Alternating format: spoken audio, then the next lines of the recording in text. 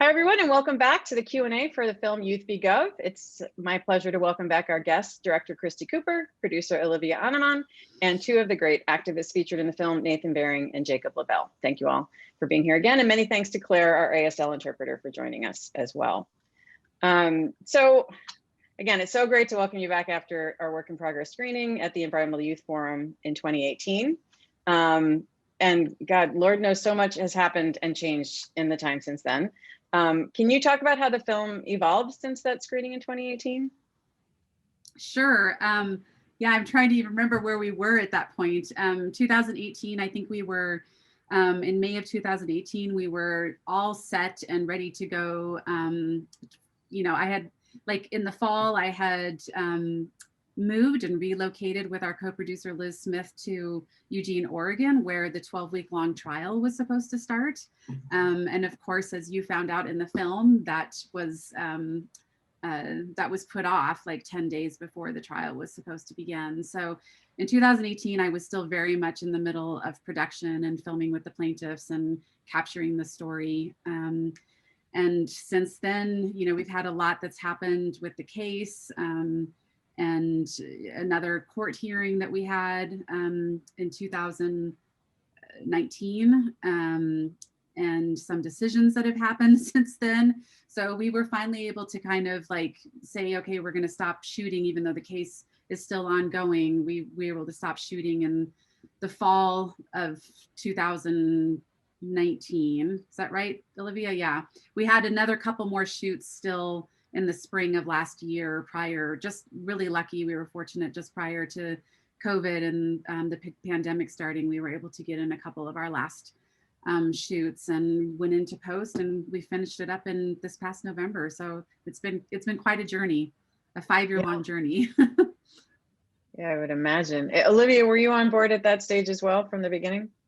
No, I joined Christy on the film in January of 2019, so about 2.5 years into her filmmaking of this and following this story. And we were introduced by mutual friends and acquaintances. I had just come off another film and we got introduced. Christy was looking for a producer, and I've had the pleasure of working with her and Jacob and Nathan since then. Great. And Jacob and Nathan, can you maybe tell us a little bit about how you first became environmentally active and how you got involved with this case from the beginning? Yeah, absolutely. I can start off with that one. I am currently 21, but the case was filed when I was 15, and so it's been a long time. And even before the case, I would say my first start in activism came at around age 13 when I first attended a science presentation that made it clear to me for the first time that the Arctic is warming, for example, at twice the rate of the rest of the world as a climate region, and that we also are carrying a breadth of impacts from anthropogenic climate change that are, very pronounced and unique to our region, and kind of the effects on the cultures there. And so, as a third generation resident of the state whose mom was born there and whose grandparents moved up before statehood, I have a long connection to the area and the people, and kind of thinking through how these changes were already becoming obvious in my lifetime, from permafrost melt to tick populations moving north, to growing season changes, to winter rain. Just kind of really wanting to make sure that I'm doing what I see as my part to hold our government accountable for its role in kind of pushing those conditions that are dramatically altering the Arctic that I'm connected to. Thank you. And I guess my story started, I moved with my parents from Quebec, Canada when I was 4 years old. We became US citizens. And as you see in the film, started a farm in Roseburg, Oregon. And I think it's also in the movie that there's a natural gas company that came in and wanted to build a pipeline on our neighbor's property very near to our farm. Would have been the biggest carbon emissions producer in the state of Oregon, and crossed all our major rivers and watersheds. And at various points, it was being permitted by government, US federal government agency. And so, they kind of struck home to me that our executive branch really holds the power to permit these huge projects, and it actually gives those companies the power to use eminent domain to then take people's land away from them if they don't want to have the project go through their lands. I also realized, through my journey fighting this pipeline and later joining the case, that the executive branch controls all leases federal lands to oil and gas drilling, controls lands that are being fracked, oil and gas reserves, controls pipelines, coal infrastructures. Basically, they hold most of the power in kind of keeping our fossil fuel energy system rolling. It's not just private corporations. They have a huge role in that. And so those active kind of negative actions that our government is taking are what we challenge in the case. And so that was kind of a direct hit for me, and a kind of a direct comparison from that local project that was proposed for my home state, and so close to home, and kind of the national situation.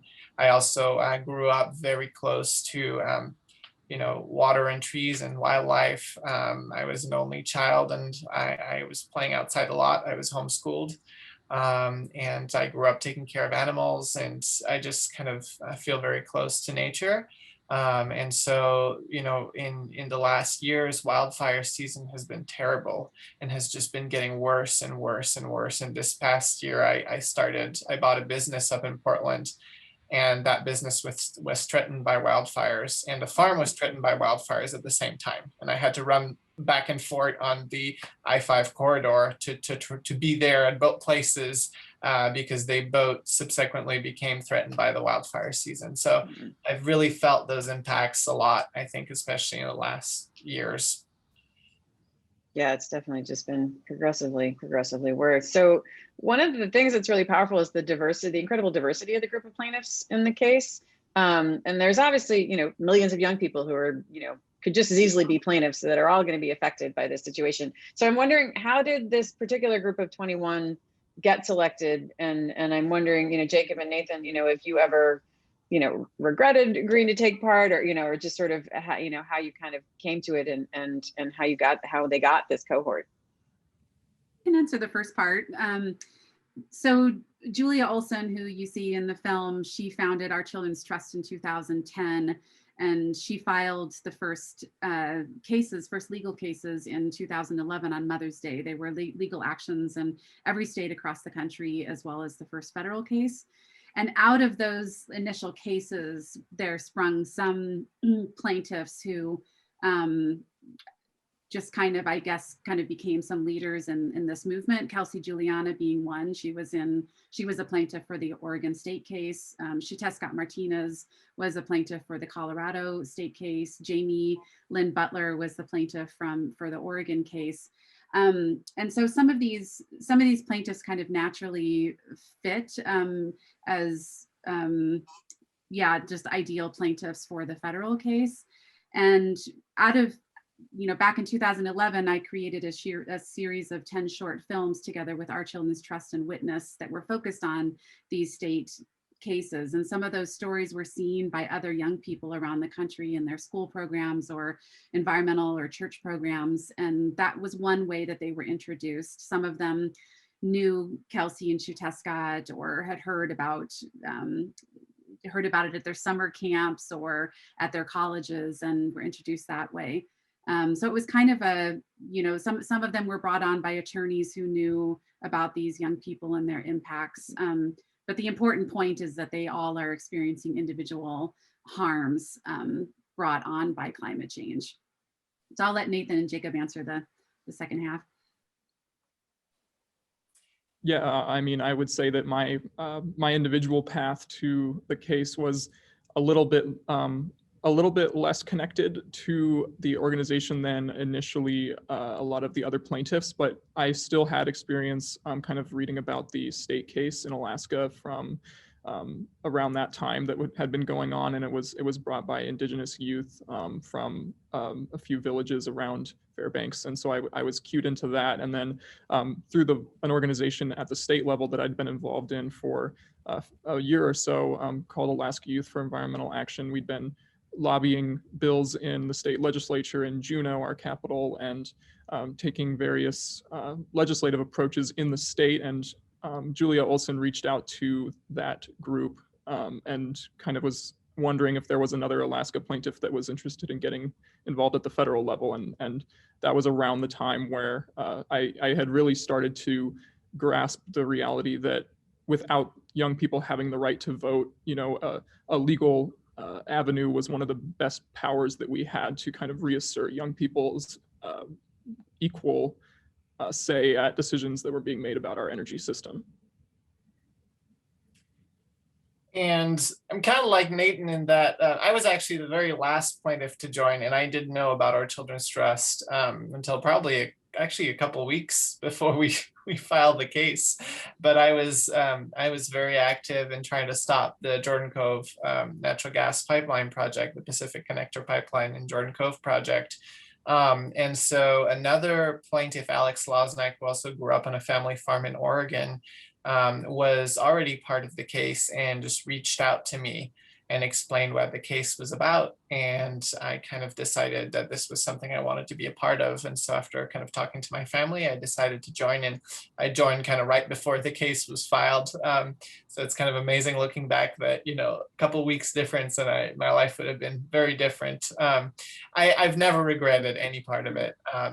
It's been a great, among other things, a great way to connect to people, to a wide kind of diversity of people, all the, just having the opportunity to know and meet all my fellow plaintiffs. We're kind of a little bit like siblings now.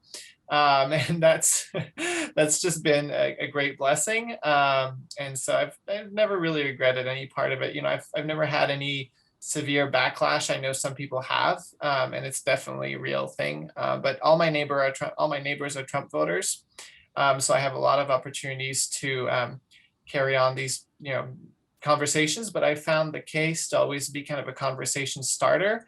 And due to the kind of non-political nature of what we're doing and it being really focused on the science and on climate change, I've just found it to be a really kind of good communication starter. Well, and you guys have proven yourself to be such amazing communicators on the subject. I mean, I'm sure obviously that's one of the, I think the way you were describing, Christy, of how a lot of these young people were even selected too, is that you've all clearly demonstrated just how, how committed you are and also how well you can, represent the issue. So yeah, for Nathan and Jacob, you essentially grew up with this case to some degree, so I'm just wondering how how it felt kind of growing up as you were younger at the beginning of the case, and also not knowing where it was going to head versus how it feels now as young adults, and and having been in it for so long, and I would imagine not knowing that it was going to continue on to this degree when you started. Yeah, and I absolutely, I think it's been quite a journey, and when I look back, it makes me almost incredulous how little I expected when I jumped on, because I can actually remember the experience of driving home from Denali National Park in Alaska with my mom and, getting an email and saying, oh, hey, look, there's a federal climate change lawsuit. I want to jump on board. And my mom's first reaction was, Nathan, you don't just sue the federal government.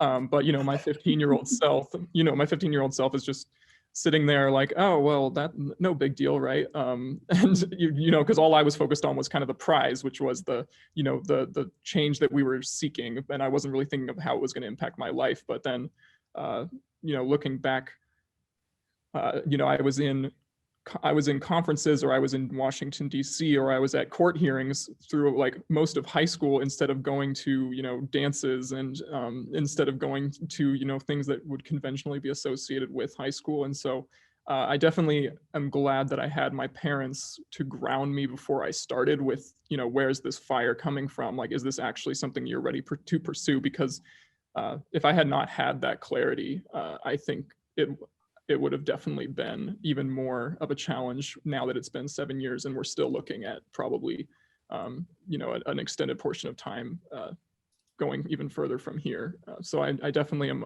I'm definitely when I reflect on it, I'm absolutely not. I would not change any piece about it, but I definitely wish that I had maybe grounded myself even more than I did in my community and what I was fighting for to kind of to gain more resilience as this case has taken on so much of my time and energy. Yeah, I can definitely relate to that. I remember that first email and that first text conversation with Alex very, very well. And, didn't feel like a huge deal at the time. It's funny to say, but it was suing the federal government, but we were really had some concrete kind of changes that we wanted to see on the national and on the local level. And so, then like the next day after we filed, it was like off to Eugene for a live MSNBC interview. And I think that's when it started to hit. but no, it's been a really, really amazing journey. Yeah. So kind of for all of you, this case has had so many ups and downs over the, the many years that it's been going on, and since you've been working on this film. So I'm wondering how any of you, all of you, have stayed positive and committed to it along the way. It's such an emotional roller coaster to watch it on film. I can only imagine what it feels like, to sort of live through it. How do you stay hopeful and keep moving forward? Maybe Christy, if you want to, sort of from the perspective of as you're making the film, and then you guys sort of from, your general experience with the case. Sure.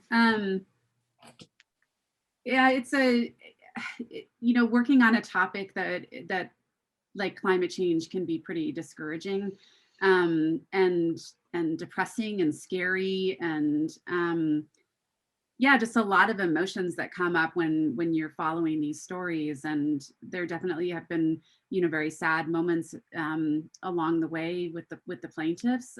But the inspiration and the hope that I get is actually from these young people, and from the clarity that they have around the sense of right and wrong, and what justice means, and what inclusion means, and the intersectionality of the climate justice issue, and how they've just really been able to, kind of bring this to a focal point of what the responsibility is of the government, and to really put their lives and their hearts and their intelligence and, everything behind it. I feel very hopeful with these younger generations and what they're bringing to the world, the deep compassion and empathy that they bring into the work that they do. Olivia, do you have the same sense around that? Yeah, it's interesting to me with this film. I had worked on a couple of other films, Racing Extinction and The Human Element, that both The Human Element was about climate change and the impacts on communities in the US, and Racing Extinction had a big component of climate in it. And coming to this story as a filmmaker and seeing the different approach to looking at climate change, and was really compelling to me, because it felt like it was a solution from the start. It wasn't about whether or not climate change was real, or everything about what OCT and these young plaintiffs are doing is moving towards a solution. And I find that really inspiring. And I think it's time now, stories like this and others that are going on, that there's no time to debate this. And the inspiration of seeing people who are out really moving the issue forward and looking for solutions and advocating for solutions, that's what, sort of kept me hopeful throughout this process, and also really excited about working on this film and learning about this case along the way. I think it's really important to point out, and it's a kind of big part of what motivates me, that we're seeking legal justice, and that should we succeed, it would be legally binding. So, I love going to rallies and all the trappings of an activist. I really didn't consider myself an activist, before I started fighting the pipeline project near my home.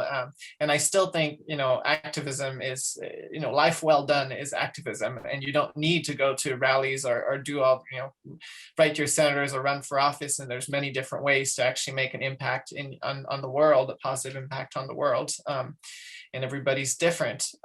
That being said, rallies are important, and Paris climate agreements and things like that are also important, but they're not legally binding. They don't hold future administrations accountable. We've seen the last 60 years, that our presidents and our government and governments all over the world haven't, measured up, and there's been a lot of talk and no action.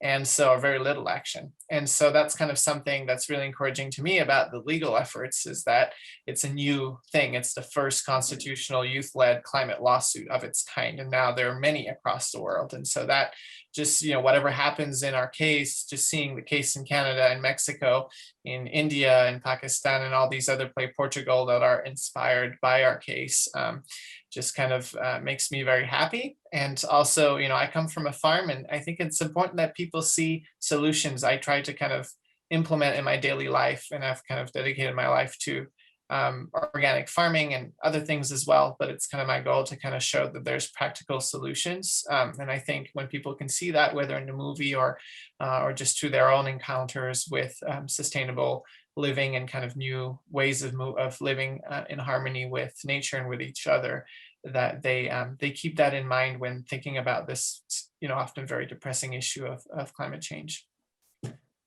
Yeah, I think the only last thing, I think everyone summed it up really well. And the only other thing that I would add is, to paraphrase another very well-known climate activist, Greta Thunberg, she said something along the lines of, it's more about how I keep hope through activism, that activism actually becomes my source of what gives me hope, and what makes me feel less depressed is when I'm actively out there fighting for solutions. So it's kind of, climate change is this kind of all imposing, ominous blob on the horizon, right? And also here now. And so it's more that I would still be sitting in my house and despairing if I wasn't, actively taking steps to feel like we were really changing the game on the ground. Right. Thank you. That makes me feel better just to hear all of that. So Christy and Olivia, just a little bit on sort of the structure of the film. There's so much legal jargon, so much history, so just a density and volume of information that you've put together to try and tell this story. That so how do you figure out how to present all of that critical information and properly tell the story without overwhelming, confusing, or potentially even boring viewers with some of the stuff that's so technical? What filmmaking choices do you make to make it accessible to lay people, but also as entertaining and engrossing as it, of course, has ended up being? Well, one important element is to have a really talented producer who's backing you up. And, Olivia was really great at not only supporting my story ideas, but also challenging me when maybe I was, stuck on a path that really wasn't working for people. And, I needed to, kind of mix it up and think about a different way. So it's definitely like the teamwork and the collaboration is a huge part of being able to put together a complicated story like this. And huge kudos go to my editing team, Lyman Smith and Tony Hale, who were just a huge integral part of putting this complicated story together. We had the luxury of I was the first Nature in Focus resident fellow at the Jacob Burns Film Center. And we had the opportunity to live in a house together, the three of us, for a month, and working with the studio right next to us. And that was how we launched our post-production process. And so with all of our our weeks of having the mini sticky notes on the wall, we at some point realized that I had these three components of the story that were really important to me to put together. It was the plaintiff stories and their intimate experiences that they were that they were having in their home. And then it was the actual legal case and being able to tell this complicated legal story.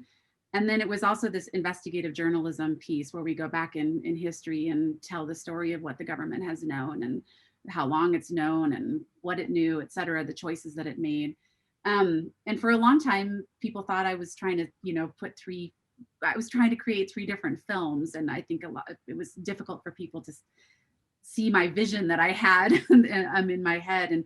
But once we kind of figured out that the best way to do this was to lay out the 3-act structure according to elements of standing, then pieces started to kind of fall into place, and we understood how the plaintiff stories would feed the legal story forward, and where we could weave them in, and at what appropriate times, and what elements of the plaintiff stories made the most sense to bring in. So it definitely had a lot to do with my team. I would add to that too, from the producing side, we fought really hard from a budgetary standpoint to have the number of editing weeks that we needed. A story like this takes a lot of time. It takes a lot of massaging. It takes a lot of trying things and throwing things out that aren't working and going back to the drawing board, and having the right amount of time in the edit room to accomplish that, rather than feeling rushed. And you always feel rushed anyway. You could always use another month or two of time, but I think that was helpful also. And the other part of it is you always lose storylines that you love and you want to hold on to, and you just can't. There's you only have the audience attention for so long. The story only holds up for so long. So there is that kind of grieving process with every editing of a film, because you have to let go of things. But through feedback screenings and getting audience, early audience reactions, and understanding what people are connecting to, what feels confusing, where we can tighten things, it all really informs the process and helps us get to the finish line. Yeah, it was really interesting. We had we did like a rough cut random audience feedback, and also at fine cut stage. And it was really interesting. After the rough cut stage, I felt like we had the emotional reaction that people were giving us was depressed, forlorn, sad, like where's things going. And when we got to the rough cut stage, or to the fine cut stage, then it was like motivated and angry and inspired. And I was like, okay, so something's like the shift that we made in the story was working better. And we got a lot of feedback too, about the legal elements of the case, because we had so many technical terms, and it was really important for us. I really wanted people to learn something through the film and to understand more about our judicial system and how these legal processes work. And so I didn't want to dumb it down too much, but I wanted it to at least be understandable. And this was very much a complicated case. This was not the standard case that goes before the district court and goes to trial and then it's appealed and it, goes its normal ways. These plaintiffs have had so many roadblocks thrown at them in the process. Yeah, no, that's one of the things I thought was so fascinating, is just really how you dug into that, breaking down the legal situation in a way that was understandable and logical. And like you said, they kind of gave some insight. Well, logical is questionable as to whether or not, the way the process is set up is, but that it really, you see how the judicial system is set up and why it works and why it doesn't in this situation. Yeah, I just thought that was really, it was so clear in a way that I don't think that, you otherwise would get. But I'm wondering too, and this is, of course, I'm sure kind of embedded in the documentary filmmaking experience in general, but when it comes to courtroom dramas that we often see on film, and after a long drawn out trial, of course there's usually some big victory, and I feel like it feels that much more crushing when they hand down this decision that they're not going to let the case go to trial. How do you manage that when obviously it's not the narrative that you're hoping for in your film, but you have to be nimble as far as continuing to create the film that you're trying to create and tell the story. Yeah, it was difficult when we decided to go into the, stop filming and go into the post process. This was prior to the 2020 Ninth Circuit Court decision that we had. So we knew that we were going to be having a decision coming down the pipeline that we'd have to somehow weave into the story. And we didn't know if it was going to be a positive or a negative thing. But we were really blessed with Judge Staten's dissent at the end of the film. It's so beautifully and eloquently written, and I think it provides a lot of hope for the case. And the language that she uses is really the language that the plaintiffs are speaking in this case. And so, we also knew, I witnessed over this course of time, this youth movement growing.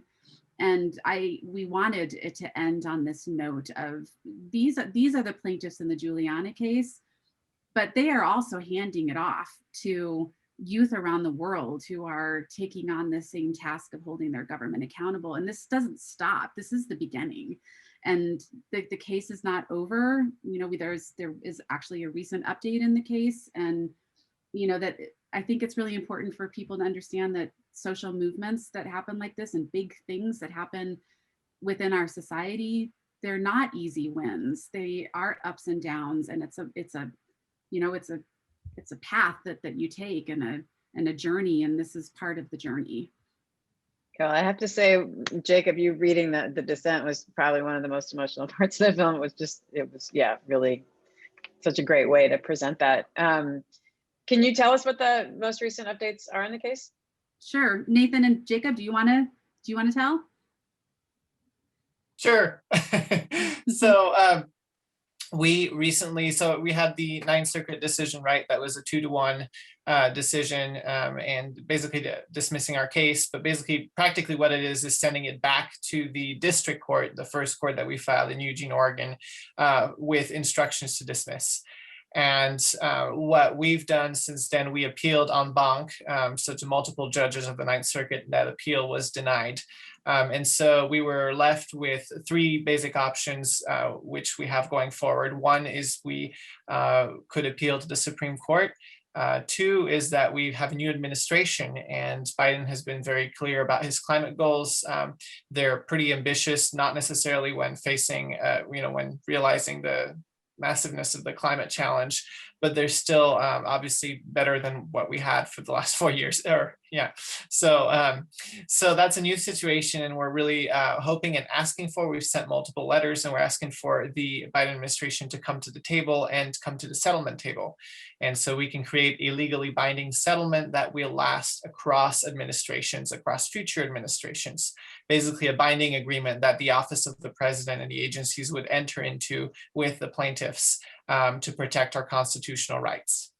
The third avenue that we've also taken is we filed a motion to amend the case. And so basically what it is the Ninth Circuit judges got hung up on basically the having the courts order the government to create a climate recovery plan. That kind of nitty-gritty they're saying, no, the courts can't really do that. It's they're not their job.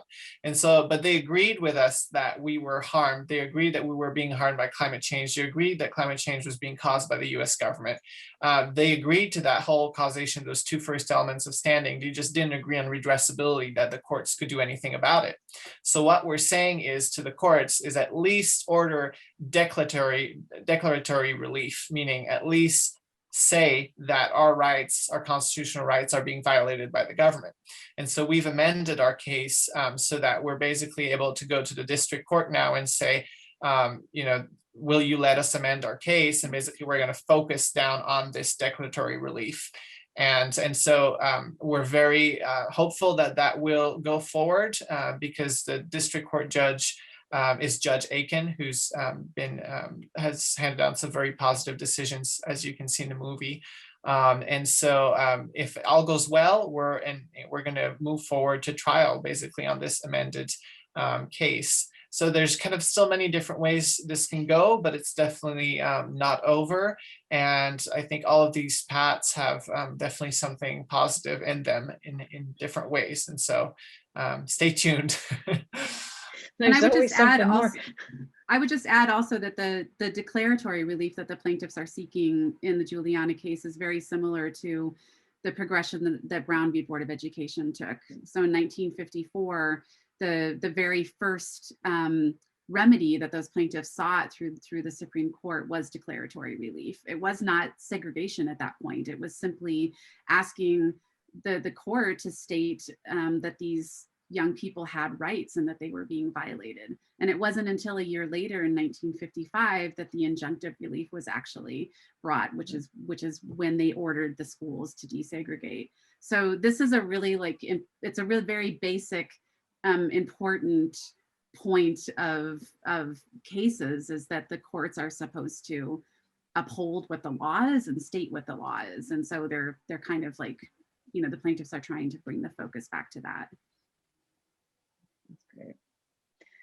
So now that the film is getting out there, making its way around the festival circuit and being seen by audiences, what do you each hope that the film can accomplish in this space? And also particularly Jacob, Nathan, if you could talk a little about, what you would say to other young people. We've got a lot of students who are watching this film as part of our Docklands education program, just, kind of what you can say to them as far as what they can feel empowered to do. I mean, obviously the legal elements can feel above and beyond, but there's obviously so much you guys have been doing and that that other young people are able to do. Like, what's the takeaway?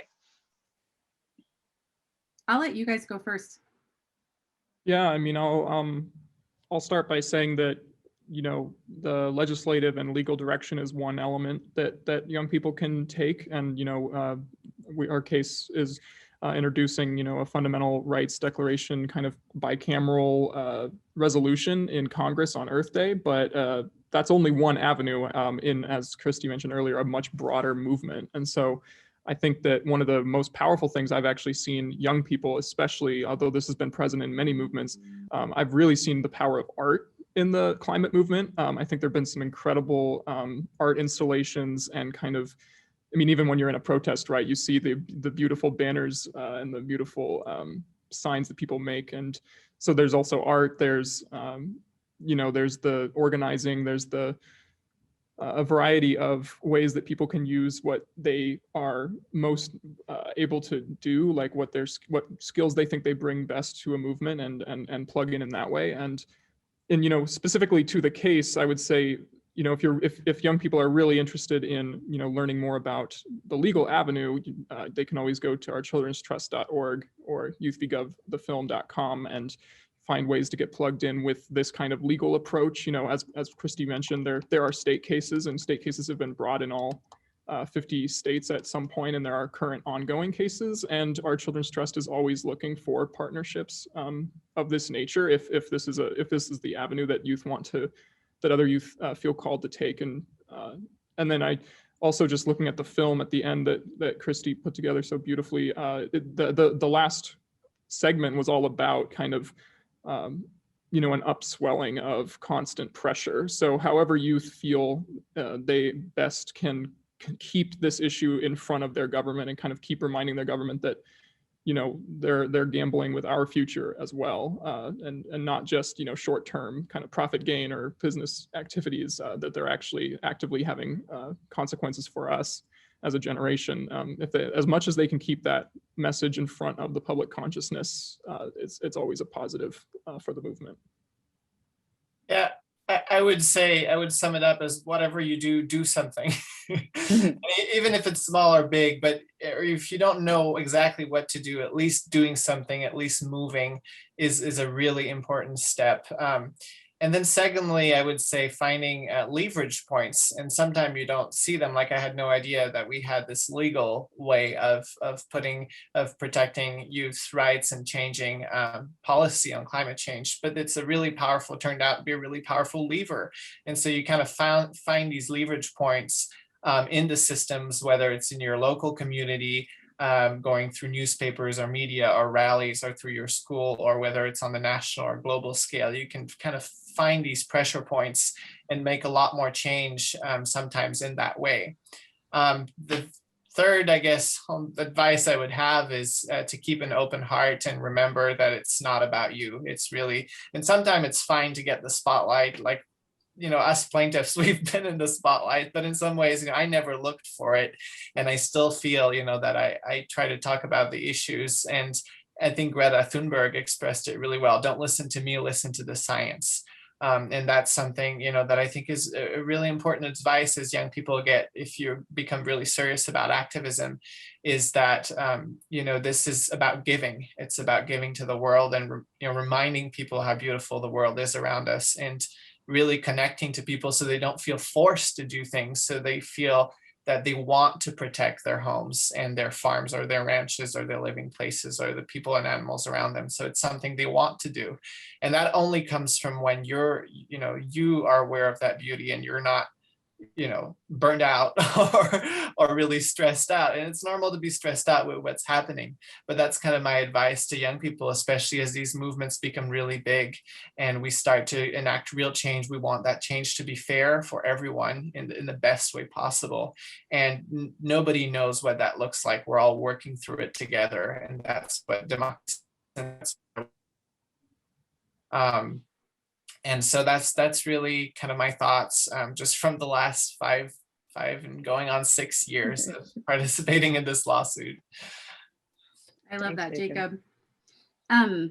Yeah, I would say that, in addition to what Nathan and Jacob have said, there's so many ways. I think all the forms of activism that people take, whether that's being on the streets or it's lobbying your elected officials, or it's writing letters and petitions, or it's suing the government. These are all routes that are really important in the overall movement, and they all are valid and they all have their place.